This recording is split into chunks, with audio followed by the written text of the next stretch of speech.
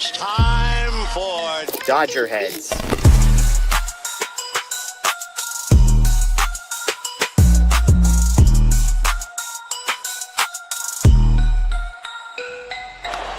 high fly ball into right field. Hey, Dodgers have won it all in 2020. Shohei Ohtani, 50-50 club. Strikes him out. There's a drive. Shohei Ohtani. Friedman hits the ball. She is gone. Birthday party, Los Angeles. Your Dodgers have won the World Series.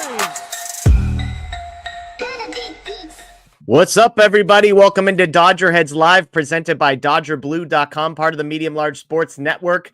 A little surprise Sunday morning show with some breaking news. My name is Jeff Spiegel, joined by Daniel Starkand, here to react to the fact that Chris Taylor, in the middle of his 10th season with the Los Angeles Dodgers, Daniel, has been released, is a free agent immediately, according to Bill Plunkett.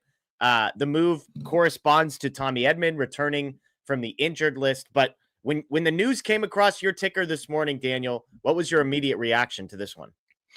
I'd say it was pretty similar to the Barnes news a few days ago, and I hopped on with Matt and did a live show after that, and I'd say the reaction was surprised at the timing, but not necessarily surprised at the outcome, I guess you could say. Like, we've all been following Chris Taylor for the last couple of years, and they haven't been pretty, so we knew this day was going to come eventually. We just didn't think it would necessarily come this soon, but obviously it makes some sense with Tommy Edman coming back. Teoscar's a day or two away, so roster spots are clearly at a premium right now, and some of these young guys that have come up have performed well, obviously. So I would say just surprised at the timing and just the fact that they actually followed through and did it. Yeah, thanks to everybody joining us live. I see some people kind of comparing the two. Was one more surprising than the other, Barnes or Taylor, in your mind?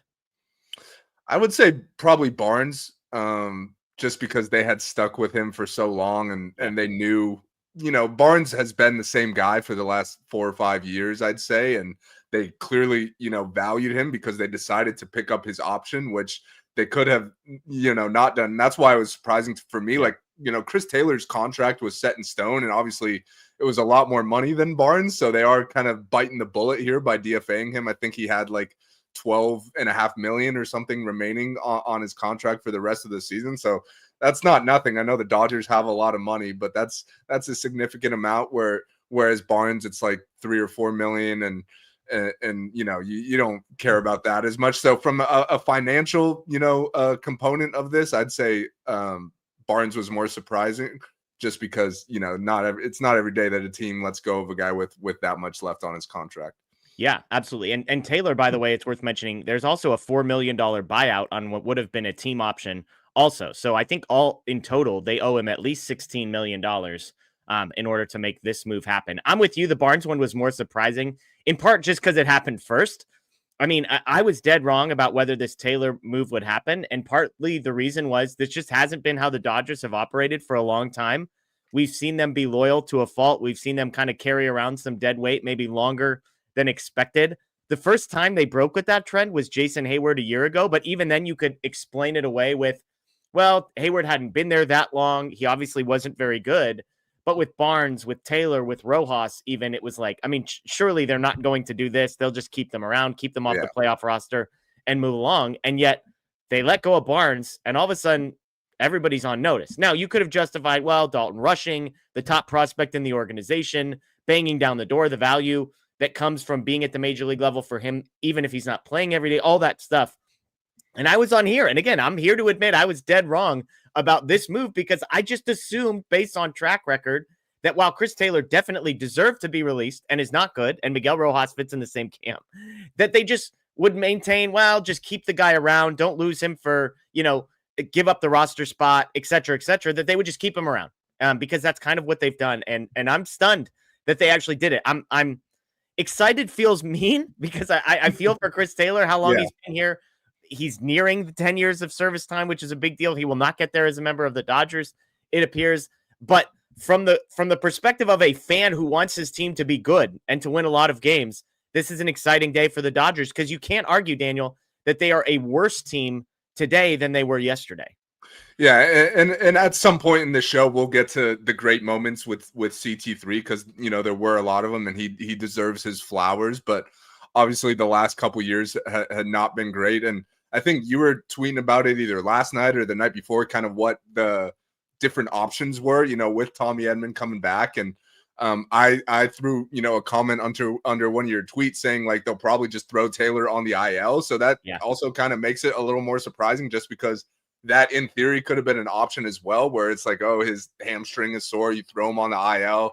Who knows? You might never see him again for the rest of the season. But of course, if other players go down and all of a sudden there's a couple roster spots up for grabs, you would at least still have the option of bringing back a guy like Chris Taylor. So I guess it was surprising to see them just cut bait completely, but it does show that they are kind of focused on the future now, like how Kim has looked good since he got called up, and he has earned more opportunities. And the guy we talk about a lot, Alex Freeland, he's kind of now the next in line, I guess you could say. Like if other injuries pop up and you need a roster spot, maybe he's one step closer to an opportunity now, which I think both of us think is a good thing, just because he's looked so good at the minor league level. So I definitely think it feels like the Dodgers are kind of ushering in a new era with some of these young guys, and I'm kind of excited to see how they do with those more opportunities they're going to get.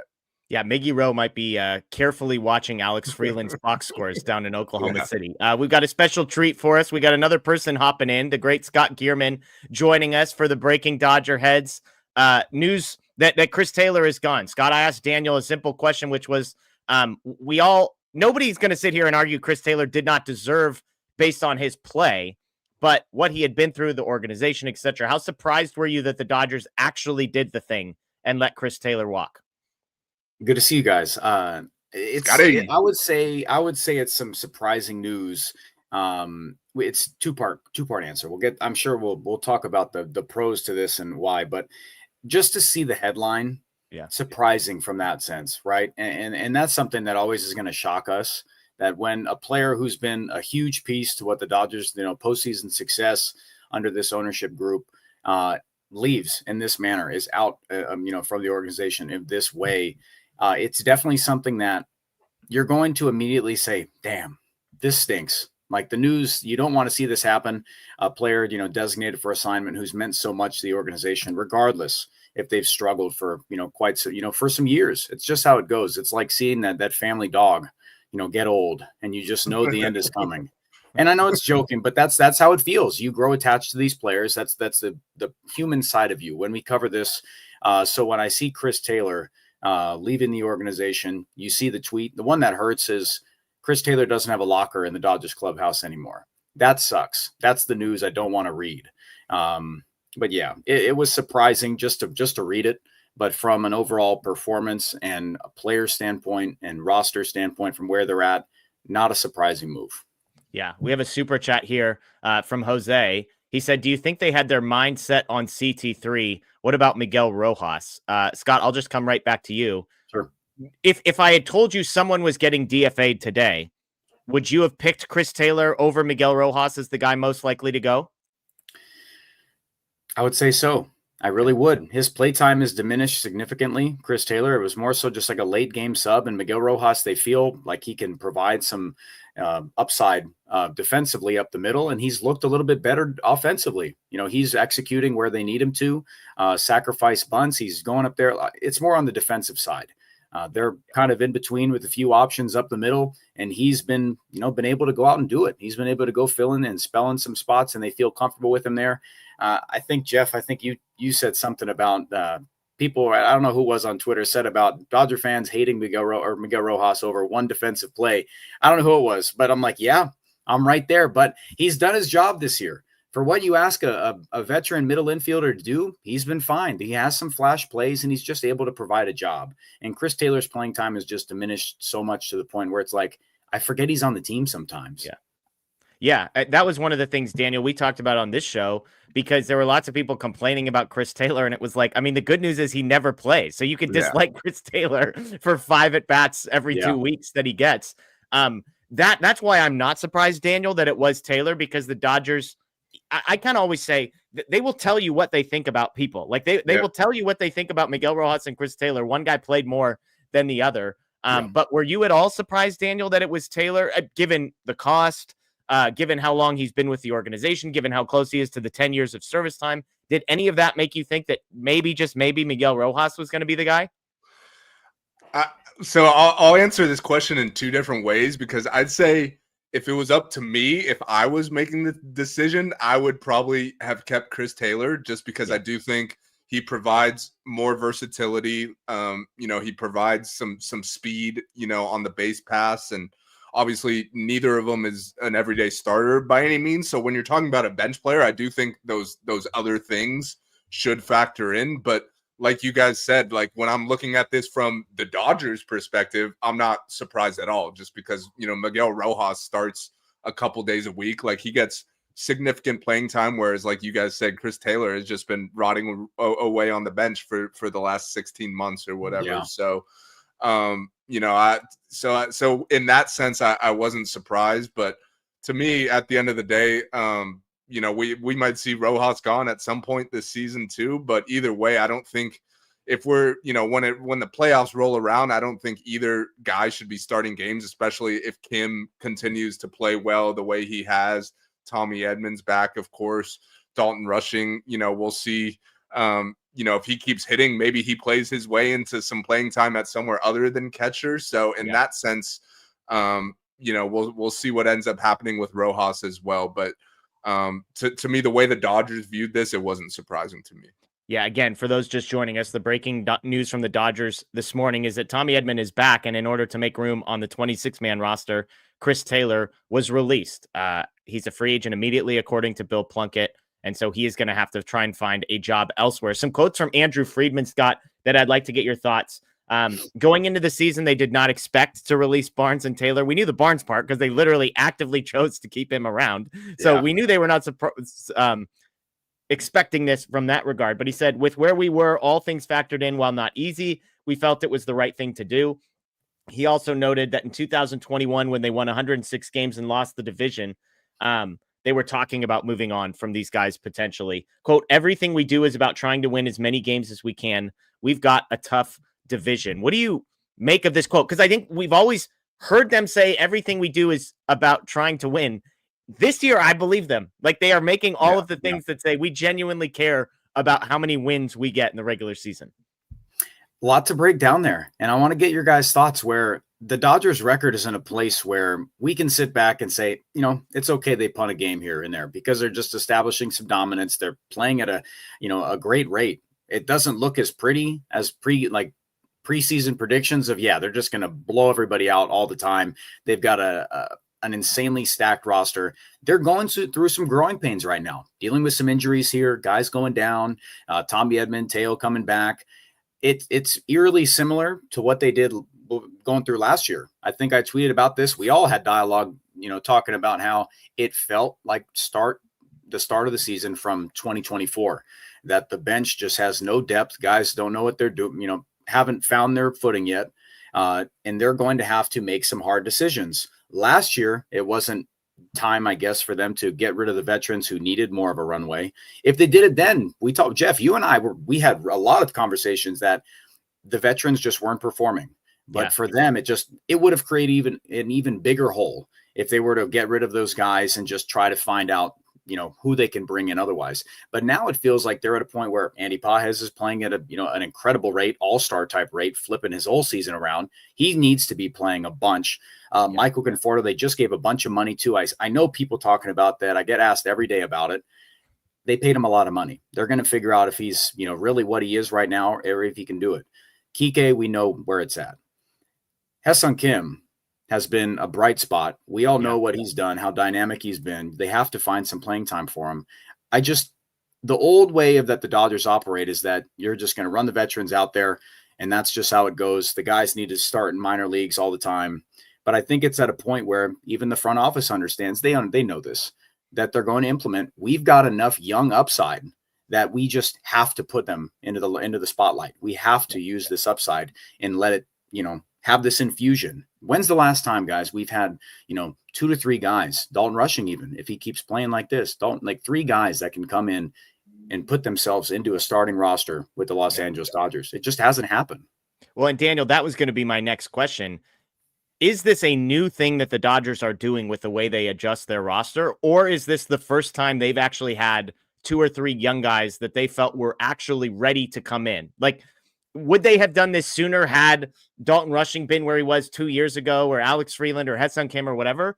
Or is this genuinely, do you think, Daniel, a new philosophy that the front office has?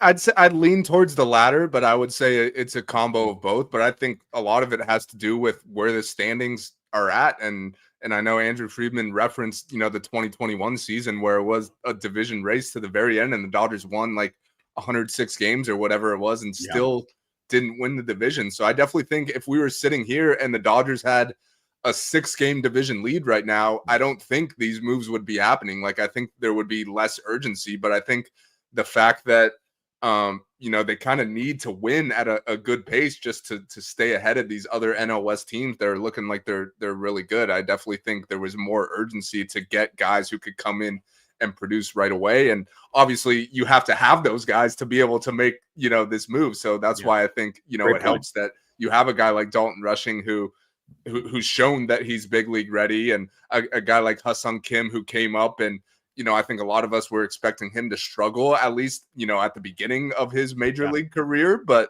he hasn't, skipped a beat. So that helps as well. And so I definitely think it's a mixture of both, but the fact that it's such a close division race, they are operating with, more of an urgency than they have in past years. Yeah, and that's what I took from this as well, was I think the Dodgers have long operated from, we're going to win the division by 10 games, so who cares? Yeah. This to me broadcasts that they're not taking anything for granted this season, that they're looking around at the division and saying, we're just not going to assume we can trot crappy guys out there in the 7, 8, 9 hole a whole bunch and just beat the Padres by 10 games, or the Diamondbacks or the Giants or whoever ends up making a run. But let's talk the positive side. And Scott, I'm going to come to you first, because you and I went back and forth a little on Ha-Seong Kim. You were super optimistic about his ability to contribute right away. I was not expecting what we've seen so far. Long-term, maybe, but short-term, to see a guy come over from the KBO and actually be better at the major league level than he was in Korea has literally never happened before. The Dodgers have retooled some things, but that's the positive here, right? Is that the Dodgers are looking at Ha-Seong Kim, and this tells me, Scott, that they believe what they are seeing. This isn't a fluke. It's not unsustainable. I mean, it's unsustainable at like a 500 batting average, but they really believe that this guy can be a serious real-life contributor this year. So talk to me about how that decision, how the improvement, the breakout of Ha-Seong Kim, the Comet, had played into this decision. Man, I really love that nickname. I must have been off social media for a few days, and that just took a life of its own, the Comet. But, Jeff, it's not a moment where, we watched the tape. We saw the stuff coming over, and there's tools that players on the Dodgers just didn't possess. Elite speed, base running acumen, elite glove. Like, there's guys who have that, but not kind of all in one. Bat to ball skills. We've talked about a player that, remember when Miguel Rojas last year, I know this is a crazy comp, but when he was batting at a 300 clip, slug wasn't there, but it was like somebody at the bottom of the order is just putting bat to ball and getting on base, just hitting at a solid clip to get on there. Well, now that can be Ha-Seong Kim. He can go on there. He can steal you 2 bags and one AB, perhaps. Like, he's shown he's got a feel. Game sense is something that you just have to have. And I feel his first taste, his first night, he stole 2 bags, I believe. Like, he's got some game sense that he's quickly translated to it. He looks like he's comfortable with there. The players love him. I just think he brings a flavor to this Dodgers lineup that they've really needed. Other teams exploit the stolen base. Now, the rules with the bigger bags, all that, pitcher, throwovers, all that. Other teams do that on the Dodgers, and they abuse it. Kim is someone that this is their version of it. And he's also going to provide a glove that is going to have an impact on the game. And he can move all around.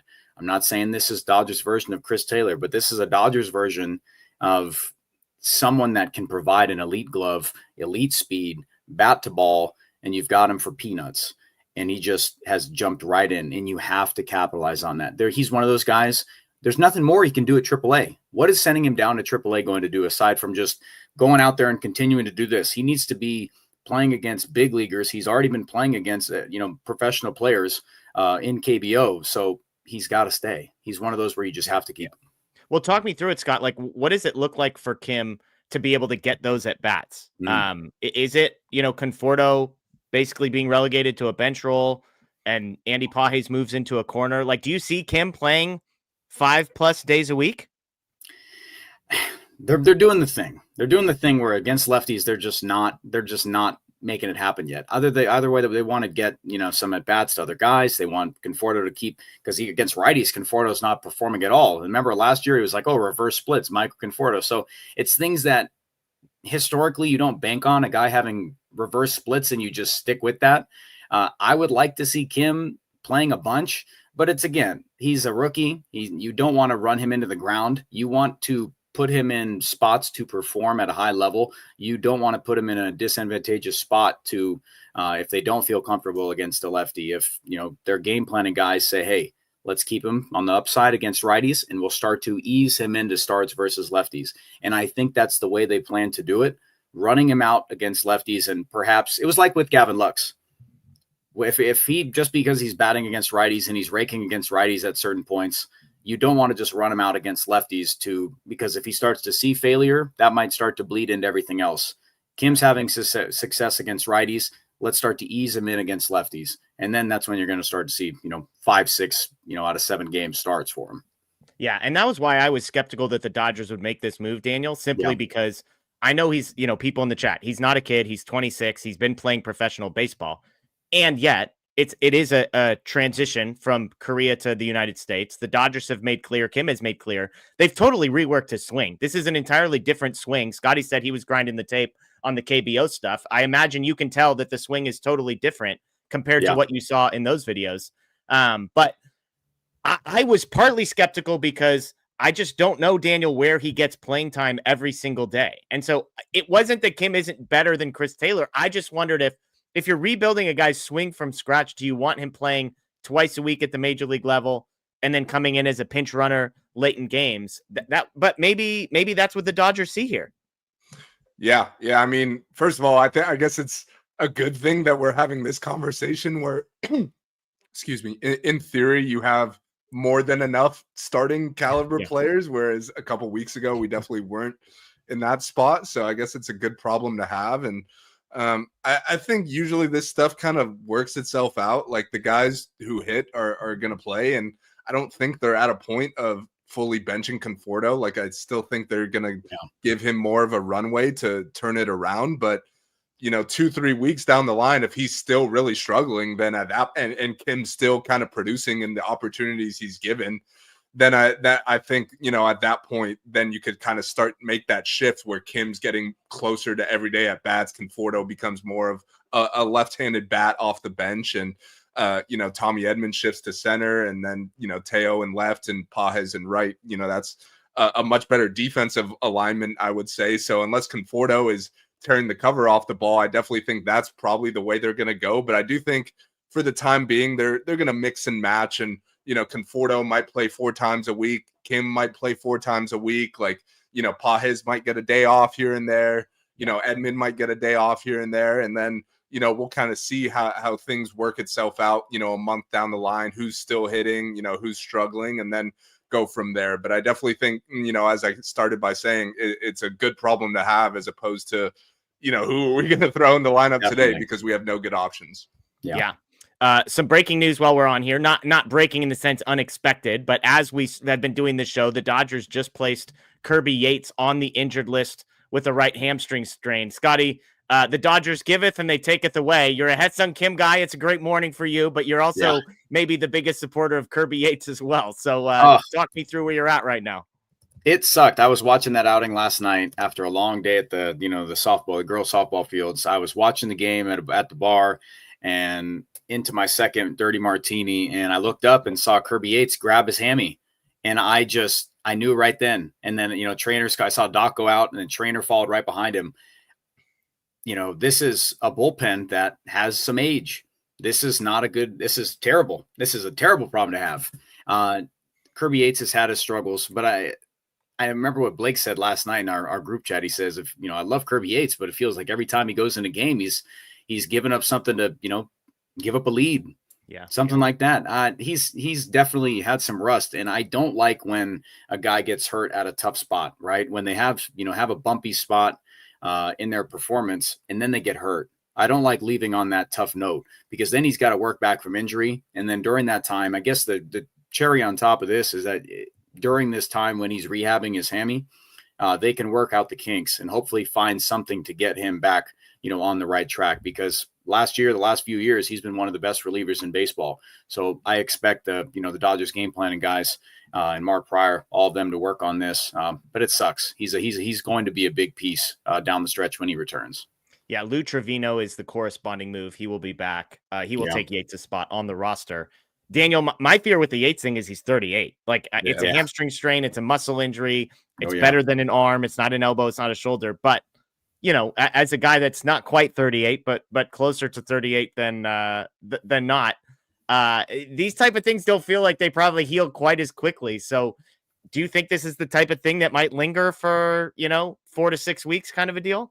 Well, yeah, I mean, I'd say the one thing about a hamstring strain is you can't just rush back from that, because then you're going to risk, getting even, more injured. So definitely got to be cautious, of course, with a guy his age. You're going to give him as much time as he needs, but it's unfortunate just because of the overall state of the bullpen right now. Coming into the season, we viewed the Dodgers bullpen as, one of their biggest strengths. And, the way it's played out, unfortunately, a lot of key guys are on the IL right now, and they're really undermanned. And of course, the starters haven't been able to go deep into games, so the Dodgers lead the league in bullpen innings, which is never ideal. But when you look at it, especially from the right side right now, like Kirby Yates, IL, Blake Trinan, IL, Evan Phillips, IL, Michael Kopech, IL. That's your 4 best right-handed relievers right there. So. Yeah, did you say Gratterall? Gratterall in the mix as well. Gratterall as well. I forgot about him just because he hasn't been around for so long. But those are your 5 best right-handed relievers, and it's not like any of them are going to be back within the next week or something. But you hope that they take the time they need to recover. So in the second half of the season, they get those guys back, and of course, more importantly, the postseason, they're going to need those guys. But right now, it's tough. When you look down at the bullpen, and your best reliever options are, you still have Tanner Scott, of course, Alex Vesia, although he gave up the homer last night. But outside of that, they don't exactly have, prime Eric Gagne back there, unfortunately. Jack Dreyer, watch out for that guy from the left side. He's lefty. Stuff. It wasn't perfect last night, but I hear you. Kopech, by the way, has made 3 rehab appearances. So I imagine, hopefully this week, hopefully he's due back. So we'll see. Jonathan with the super chat, he said, offense is not the problem. Going back to the Taylor news, CT3 and Barnes were sacrificed for Andrew Friedman's mistake in building the injury prone staff. Hi, Scott. Nice to see you. I don't see a connection between pitching injuries and Austin Barnes and Chris Taylor being DFA'd. I mean, maybe, I guess, Scott, we could make the case that because the pitching is in a worse place, they need to be more careful with the offense and more active. I don't know. It feels like 2 distinct things, but can you make are there connections in your mind, Scott? No, I don't see any, between the two. I think they're trying to maximize the roster. That's where this is at. You're trying to avoid having to go into the All-Star break with some more needs, where you get there and it's like, okay, now you've got to figure out what to do with these veterans who have been struggling for, X months. Let's figure it out now. Let's ride the hot wave of the guys who have been up here. Dalt Rushing looks like a big league catcher. Looks like he should be there. Big league mustache. Kim looks great. Just capitalize on every single roster spot. It's what we've talked about for a few years. Now they're just pulling the trigger. How does that feel? I just want to ask the both of you, how does that feel like from where the Dodgers have kind of operated, just to kind of ride the course of these veterans that they've had for some years and never really just cut bait? It feels different, but it feels like if there was ever a time we've seen the struggles for a few years from these guys, it feels like the time. Yeah, I'm with you. And that was kind of one of the questions I was getting at earlier is this a new thing that Andrew Friedman has said, hey, this is how we used to operate, but we're going to change course? Or more likely, where I think it is, they're looking and saying the division is going to be tighter this year than it has been, A. And B, we have Dalton Rushing and Ha-Seong Kim and maybe Alex Freeland. We have the guys to actually come up and contribute and make an impact. So yes, they haven't done this thing, but it's maybe, Daniel, because the context has changed both around the team in the National League West and within the organization at the 40-man roster level. Yeah, I definitely think we've seen kind of a shift because, you know, when you look at it on the surface, like nothing Barnes and Taylor did, you know, in the first 2 months of the season has been surprising. So it's like if, you know, it's not like they changed their mind on how they feel about those specific guys. Like they, you know, they could have done the same thing in the offseason and the thoughts, you know, the thought process would have been the same. I guess you do feel a little more comfortable with Ha-Seong Kim and Dalton Rushing now, but also Dalton Rushing was tearing the cover off the ball last year. You know, Ha-Seong Kim, you know, is a guy who you signed to a major league contract and, you know, in theory could have been on the opening day roster. So I definitely think, you know, they said we're going to go into the season with these veteran guys that we've had for so long. You know, kind of like one of you guys was mentioning earlier, like we're expecting to win this division by 10 plus games and hopefully it won't matter. But here we are on May 18th and they're in a bit more of a dogfight than they probably anticipated. So at that point, they decided to go with what's best for the team in the short term and obviously the long term as well, going with the youth. But I'd say they're more focused now on trying to win as many games as they can just to avoid, you know, being in a late pennant race where, you know, guys are having to push themselves more than they normally would, or you end up being the wild card team. That's, you know, never what you want. So yeah, I definitely think there has been a bit of a shift there. Yeah. And I would say Pages, the way he's performed is another factor here. I think it was like, okay, we trust Pages. We trust Ha-Seong Kim. To your point, I don't think Rushing, Taylor, or Barnes, any of that was surprising. Let me do this. A couple more questions and we'll be out of here. We are going to be back, myself and Matthew Moreno, in just a few hours after the Dodgers, cross our fingers, avoid a sweep with the Angels in this one. But Scott, when I look at the 40-man roster, this is where it gets interesting. Organizationally, the depth that they have, or maybe better yet, don't really have. Part of the reason I was skeptical they would go with Chris Taylor is now it feels like how many guys that aren't on the major league roster right now that are within the org do we actually think could come up and make an impact and contribute and provide some level of value? I think Alex Freeland is in that group. I mean, I look at the 40-man roster, Hunter Fiducia, but he's a catcher. They've already got two of those. And the only other two guys on the 40-man roster who are position players are Stuart Baroa, which God bless you if you have an opinion on Stuart Baroa, and Estuary Ruiz, who, you know, they gave something up of real value to, but he hasn't exactly been doing much down at Oklahoma City. So I'm curious, Scott, from your perspective, like, is there anybody else besides Alex Freeland, really, who's down at the AAA level? And I guess, you know, maybe, I know you're not a James Outman fan, so I'll exclude him from the conversation. He'll be back in Oklahoma City pretty soon. But I mean, other than those two guys, is there anybody that you feel like could actually come up to the major league level and plug a hole if there is an injury now? I mean, I feel like Nick Frasso, like, I feel like that's someone who, like, I feel like could do it. Like he's I think he's been back pitching. It's just a name I've heard floated around a bit, like could fill a hole. I don't. I mean, and I'm thinking more position player side. Like they got Ryan Ward. It's got to be pitching. That's why I'm like, the list is so small. They're trying to do it with everything that they've got. It's Alex Freeland. I think it's Alex Freeland. That's someone who, but as Max Muncy he's looked better, right? Like he's looked a little bit better. He's starting to show some glimmer, and they're going to ride that. That's not someone. Max Muncy's not someone they're going to cut bait with, guys. I just don't see that being a case. I was speaking to the people in the chat. I just don't see that. He's not bottoming out. But yeah, Alex Freeland is someone who's shown enough for me. You know, that I could see them bringing up if there's another need in the infield. Outfield wise, let's see where Tommy Edman fills a void. Let's not act like he doesn't fill just a massive, massive hole. And Teoscar Hernandez, he's someone they just signed to a big deal. So Andy Pages, Tommy Edman, Teoscar Hernandez, that's a hell of an outfield for me. I'm all set with that. And then Michael Conforto, just like you mentioned, Jeff, if he gets to the point where they're kind of just platooning the heck out of him, that's okay. If that's the route that gets him right, it's a 1-year contract. I don't care. I'm not going to try to force feed him into everyday stuff. Just try to find something that he does well and maximize that usage out of him. I don't want to push him to anything, but he just hasn't shown that consistency yet. I only see Max Freeland or Alex Freeland from from a position player standpoint of guys on the 40-man roster that could come up. That's like you said, Fiducia is a Catholic. They don't have any more room for that. Yeah, and I should clarify, Freeland not yet on the 40-man roster, but will be eventually. Some other guys in Oklahoma City I'll just throw out, and a lot of these names are maybe names you're not familiar with if you're not following the prospect stuff, but I actually wonder if the Dodgers look down at the minor leagues and they see a guy like Ryan Ward or Austin Gauthier or Cody Hosey or David Bodie or Michael Chavis, and none of those guys are going to come up and just be answers and difference makers, okay?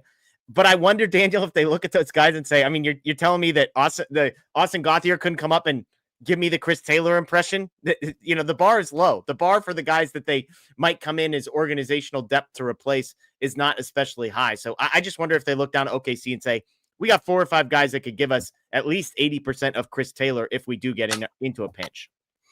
Yeah, and of course you could always go outside the organization as well, as we've seen them do in the past. If you got to fill a stopgap for a few weeks, like, what's Kevin Biggio up to? Come on back. Don't do that to me, Daniel. What's Nick Ahmed up to these days? Like, he could come play middle infield for a couple weeks. Like, at the end of the day, like you said, the bar is low, and whoever's the last guy on the roster doesn't need to play that much. So it's not like you need to call up a superstar to be up your 26th man. So I don't think they're too worried about that. Okay, let's go out with this. Let's go out with a Chris Taylor memory, and then we'll let people carry on, get ready for the big game. Scott, I'll come to you first. When you think of Chris Taylor's tenure as a Dodger, I thought Daniel had a great tweet. Lots of people have, just saying, hey, let's not allow the last 3 or 4 years of Chris Taylor's career to change how we feel about how critical he was during, probably the best stretch of Dodgers baseball that any of us, maybe ever, but definitely in the last 50 or 60 years for sure, when you're talking about over an extended period of time. So there's a lot of moments, a lot of series. Scott, what jumps out to you when you think of Chris Taylor as a Dodger? I mean, am I going to take, I probably take one of them, but I'll give an offensive and a defensive one. It's pretty easy. I hope I don't take somebody like both of them here.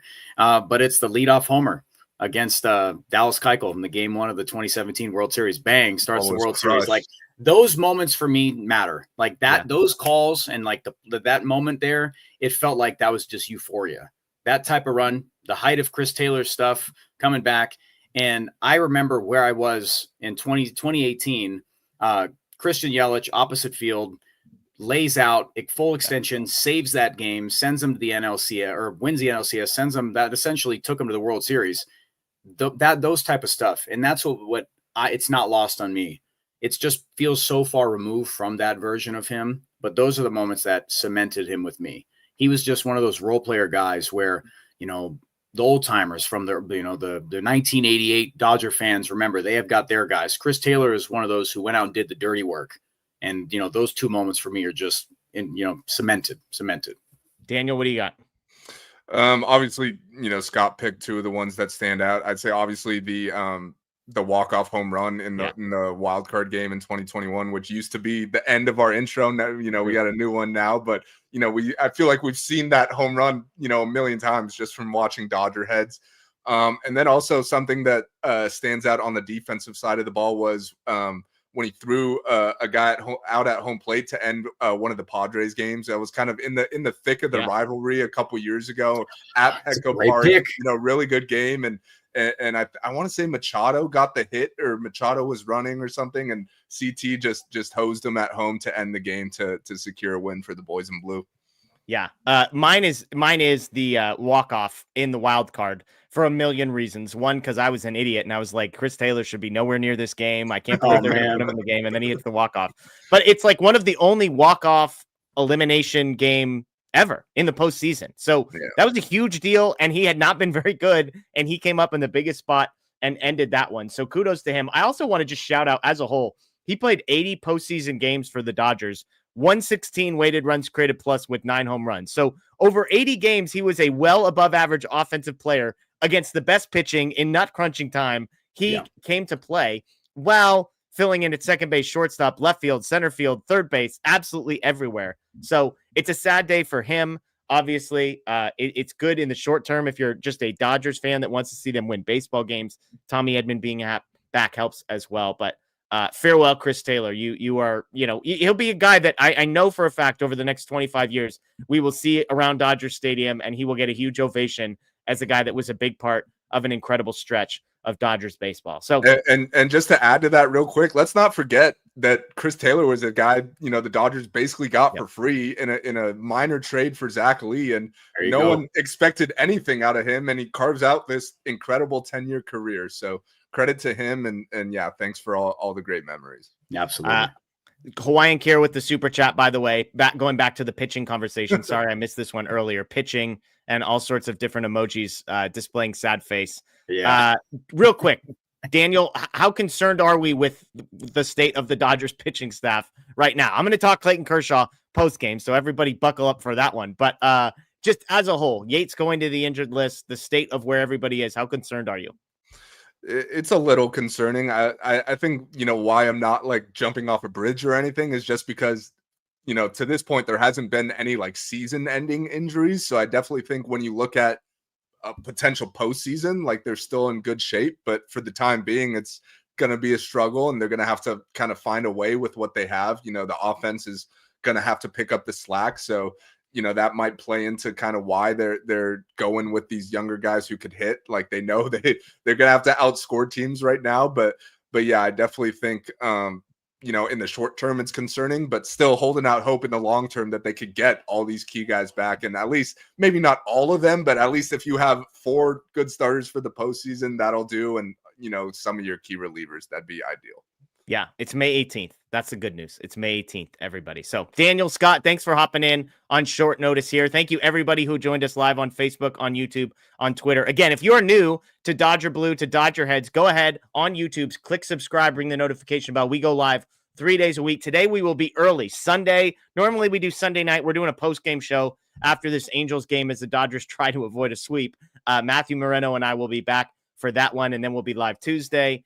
Normally Thursday. This week it'll be Wednesday. So schedule a little mixed up this week, but we hope that you join us for that. Check out DodgerBlue.com. Check out Dodger Blue 1958. Again, right here on YouTube, we'll have Andrew Friedman's stuff, all sorts of things mixed in there. So we have another super chat. Thank you. Vin says, I turned my volume off because it's May. Dodgers front office is the best in all of sport.